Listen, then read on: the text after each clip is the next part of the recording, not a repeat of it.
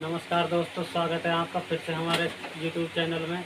इससे पहले वीडियो में हम अपने प्रश्नावली नंबर 5 समांतर श्रेणी में अपना बेसिक क्लियर कर चुके हैं और आज हम उसकी प्रश्नावली नंबर 5.1 स्टार्ट करने वाले हैं, जिसका कि पहला सवाल आपके सामने है, जिसका में हमें ये बताना है कि आपकी ये एपी है या नहीं है, इसका पता लगाना है। इसमें कि आपका सवाल दिया हुआ है पहले नंबर का फर्स्ट वाला, प्रत्येक किलोमीटर के बाद का टैक्सी का किराया, जबकि प्रथम किलोमीटर के लिए किराया रेट 15 है और प्रत्येक अतिरिक्त किलोमीटर के लिए किराया रुपये 8 है। तो मान लीजिए कि आपकी ये कोई सड़क है,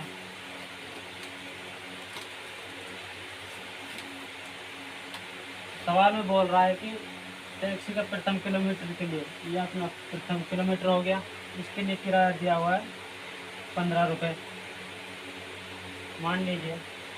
फिर आगे कह रहा है सवाल में कि अतिरिक्त किलोमीटर के लिए किराया 8 रुपये है, यानी जो आगे किलोमीटर आएगा दूसरा 2 किलोमीटर, यानी जो 15 दिया हुआ है उसके अतिरिक्त, यानी इसमें 8 जोड़ दीजिए, ये 8 दिया हुआ है अतिरिक्त है किराया, तो ये हो जाएगा अपना 23।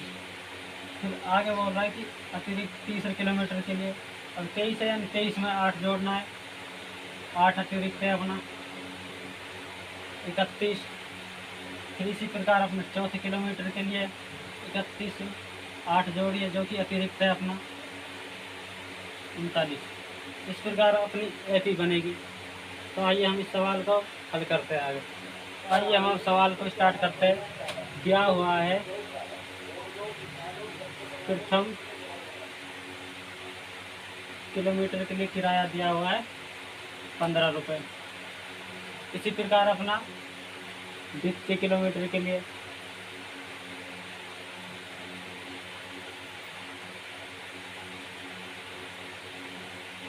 ये किराया होगा अपना 15 प्लस 8 रुपये, टोटल हुए अपने 23 रुपये। फिर इसी प्रकार तृतीय किलोमीटर के लिए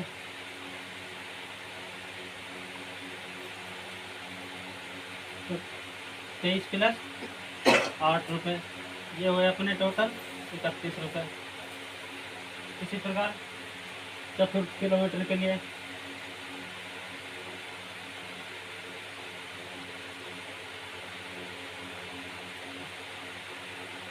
31 प्लस 8, ये हुआ अपने टोटल 39 रुपये। इस प्रकार जो अपनी सवाल है कह रहा है कि प्रथम किलोमीटर के लिए 15 रुपये, तो अतिरिक्त किलोमीटर के लिए 8 रुपये अधिक है, यानी प्रथम किलोमीटर से 8 अधिक है।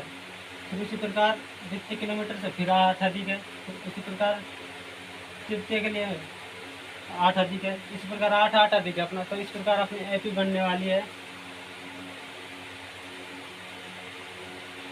15, 23, 31, 39।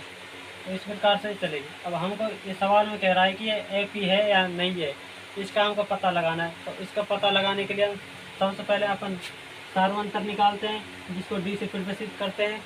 तो डी निकालेंगे अपन, A2 माइनस A1 निकालेंगे पहले।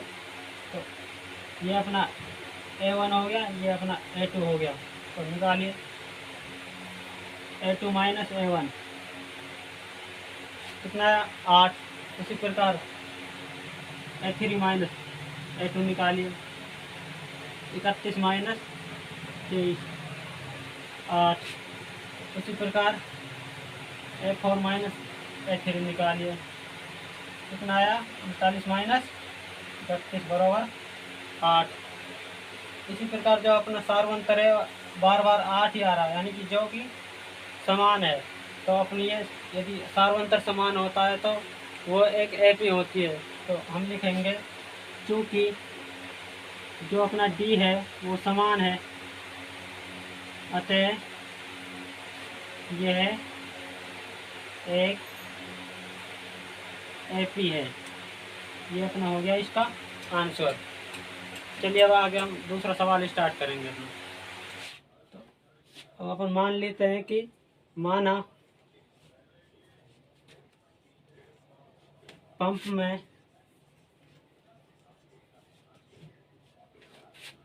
भरी हुई हवा की मात्रा 1 यूनिट है, ये हमने मान लिया। तो अब हम करेंगे कि 1/4 भाग इसमें से बाहर निकल रहा है इस हिस्से का। तो सवाल करें अपन, पहली बार में जो हवा निकलेगी इसे, पहली बार में निकलने वाली हवा टोटल दी हुई है 1 यूनिट। तो इस 1 यूनिट का 1/4 शेष भाग बाहर निकल रहा है। तो 1 - 1 एकम 1 4, 4 लघुत्तम लिया, 4 एकम 4, 4 - 1 3/4, ये अपने आ गया। अब उसी प्रकार दूसरी बार में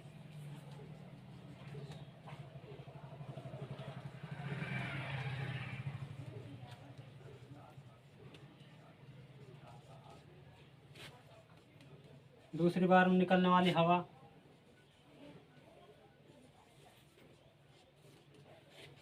पहली बार में निकलने के बाद हवा अपनी बची थी 3/4। अब उसी प्रकार ये टोटल बची है 3/4। तो इस हवा का टोटल का 1/4 भाग बाहर निकल रहा है। तो हम इसको हल करेंगे आगे। 3/4 माइनस 3 एकम 3, 4 चौका 16, इसका हम लघुत्तम लेंगे तो 16 आएगा। 4 का 16 में भाग दीजिए तो ये जाएगा 4 बार, 4 को 3 से गुणा करेंगे तो अपना आएगा 12, माइनस 16 का 16 में भाग देंगे 1 बार जाएगा, तो 1 को 3 से गुणा करेंगे तो 3, यह आया अपना 9/16। ये दूसरी बार में हवा निकली हुई हवा की शेष मात्रा। उसी प्रकार हम तीसरी बार में निकालेंगे अपना।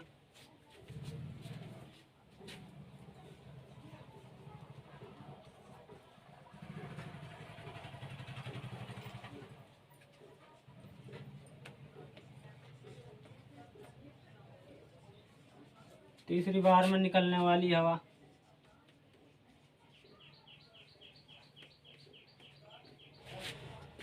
अपनी बची थी 9/16। तो इसका हवा का 1/4 शेष भाग बाहर निकलता है। ये बची थी अपनी हवा। अब तीसरी बार में निकालते हैं अपन। इसको आगे हल करेंगे। 9/16 माइनस इसको गुना करिए, 9 एकम 9, 16 चौका 64, ये अपना हो गया 64। और इस भिन्न को आगे हल करेंगे तो एलसीएम आ गया 64। 16 का 64 में भाग दीजिए, ये जाएगा 4 बार। 4 को 9 से गुना करेंगे तो अपना आएगा 9 चौका 36, माइनस 64 का 64 में भाग देंगे तो 1 बार जाएगा। उसी प्रकार तो 1 से गुणा करेंगे तो 9 एकम 9, यह आ गया अपना 27। 36 में से 9 घटाएंगे तो अपना आएगा 27/64, यह कट नहीं रहा है। तो उसी प्रकार अपनी एपी बनेगी। पहली बार में टोटल हवा कितनी थी? 1 यूनिट। उसके बाद इसमें से 1/4 भाग बाहर निकाला, अपनी बची थी 3/4। फिर 3/4 में से फिर से इस बाहर भाग निकाला था 1/4, फिर बची थी 9/16। फिर उसी प्रकार 9/16 का भाग 1/4 शेष भाग बाहर निकाला तो बची अपनी 27/64। ये अपनी एपी है। तो अब हमें पता लगाना है कि ये एपी है या नहीं है, कि ये सत्य है। तो इसे पता लगाने के लिए हम सबसे पहले अपन डी निकालेंगे।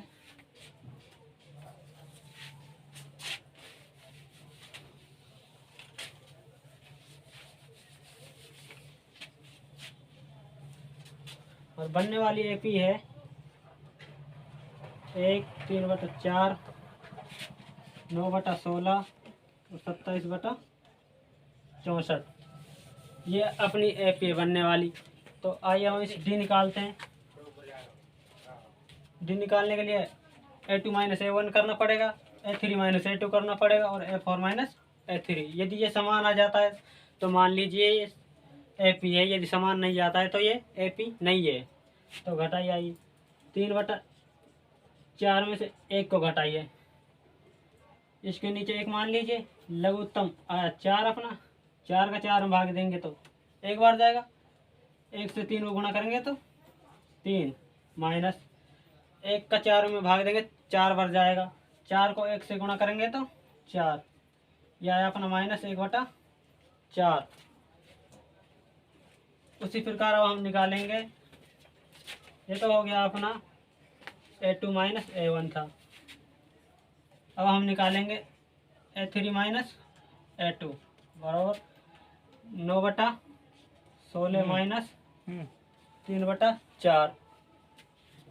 तो A3 माइनस A2 करेंगे अपन, तो A3 है अपना 9/16 और A2 है अपना 3/4।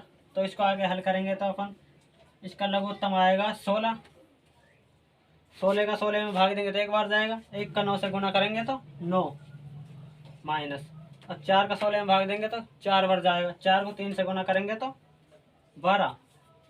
तो हम इसको घटाएंगे तो 9 में से -12 जाएंगे तो -3/16 ये आ गया। उसी प्रकार हम अब यही मान लीजिए कि आगे करने की सवाल को ज़रूरत नहीं है, क्योंकि वो अपना डी यहाँ पर भी यहाँ -1/4 है और यहाँ पर -3/16, तो ये समान नहीं है, इसका मतलब ये एक एपी नहीं है। तो आगे हम लिख देंगे चूँकि सार्वंतर